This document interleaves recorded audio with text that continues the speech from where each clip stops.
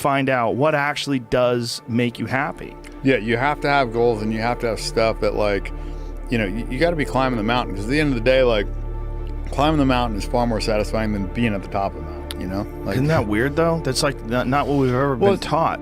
You know, my dad told me, like, it's better to give than receive. And I was like, okay, that's perfect, motherfucker. You can just give me shit and I'll receive it and I'll be happy. Like, you know what I'm saying? Like, but you don't have it. If you don't have it, yeah, then that makes sense. Well, yeah, exactly. And like, from the time you're a little kid, you get something, you're happy. Like, you know, you get a boat, you're happy. Like, if I have this bike, I'm going to be happy. And it's true and it works. You know what I mean? Mm-hmm. But there's a point, and you almost have to, like, get really rich to understand that. You really have to just buy all that shit. Realize, okay, like, I got it all, it's cool, that made me happy, but it's temporary. You know, you can buy the pleasure, but the pleasure is somewhat short-lived, you know? Yeah, I had a conversation with someone about this recently where I was saying that material possessions, once you have enough money to acquire basically everything you want, they don't mean anything anymore. So they don't mean anything. You can enjoy them when you have them, but if you lose them, it's really not that big a deal. You know, if you get an Escalade and some fucking meteor hits your Escalade and you go out there, oh, just get another Escalade. There's a bunch of them. Yeah. It's no big deal. But if that was all you had and you had to save and scrape up your money to get that Escalade and you kept it clean, and then it got hit by a meteor, you'd be devastated. Yeah.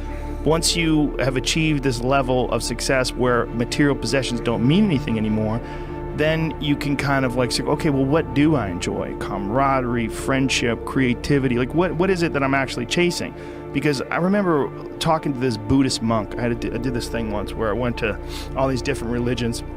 It was for this TV show, and I interviewed all these different people and asked them, like, what is it about your religion that's the best? Like, say if I was going to join your religion, you'd try to sell me your religion. Yeah, sell me.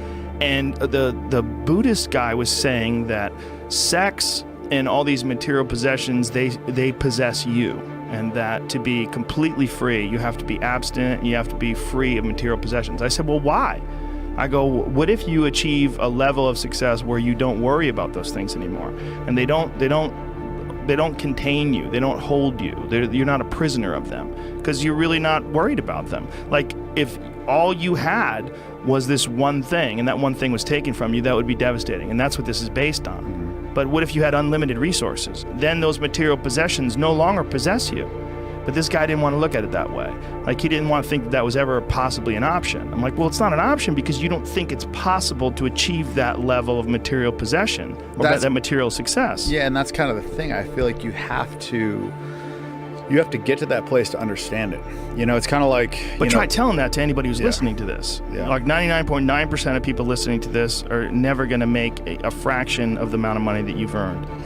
Yeah, but, you know, in some ways that is a blessing because they're going to have a lifetime of being able to buy that pleasure too because of that, you know, because if you start here on this lower rung, then all those little purchases and stuff like that, you're still like, you're kind enjoying of the shit out of them. Yeah, exactly. Right. You know, so their baseline is just lower. Right. They get a new fishing rod, they're fucking pumped. Exactly. You know, and when that wears off, then they're gonna, you know, get a new reel. And you know, when that wears off, they're gonna, you know, buy a new depth finder. What, you know what I'm saying? It's like, it's the little shit. That little shit, if it makes them happy, then that's okay. But to the people listening to this right now, they're thinking, okay, well, you're equating material possessions and the acquisition of these material possessions as being the thing that makes people happy. Now, is this because you've got 15 bitches and you're flying around on, you know, private jets and yachts, and you're lacking like real depth to you? You're a smart guy. You're not a dumb guy.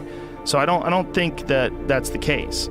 I think you're having a lot of fun and you're doing a lot of wild, crazy shit, but I don't think you're lacking in depth. Yeah, no, I am just trying to fully experience everything that I wanted to experience. And there's also a part of me that's, you know, kind of doing some wish fulfillment, some part of me that's overcompensating for lack of things, you know, that I had, you know, childhood-wise or when I was growing up or that I wanted or whatever.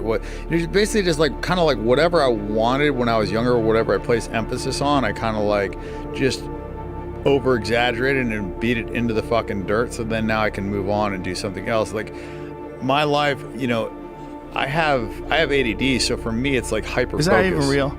I think it is. I think it is, and I think a lot of successful people have it. And I think what it allows you to do is when you are focused on something and when you have that like pinpoint focus, you can be extremely successful. But when you don't, you're just scattered all over the fucking map, and you can't accomplish anything. And I think a lot of kids have it nowadays because of the stimulus. I think you have so much stimulus at your fingertips nowadays. I guess what I'm trying to say is that people are just overstimulated, and because they have it at their fingertips all the time, like when I was a kid, like we used to just like have to entertain ourselves. We used to have to just like go out and play, and just like figure out shit to do. And so we didn't need massive amounts of stimulus. Nowadays, if kids don't have a fucking video game and a movie playing at the same time, they're bored and three other friends to talk to. So it's, well, they're hanging out and they're constantly checking their phone. They're not even looking at each other. No, yeah, and I'm victim of it too. It's crazy. You'll be in a social setting and there'll be 5-6 people at a table and they'll all be on their phones, and it's just like, I mean, when people call people nowadays, it's just like, wait, what the fuck? Like, why are you calling me? Like back when we were kids, like there wasn't even texting. It was like flip phones. Like now it's like if somebody calls you, it's like, wait, what the fuck? Like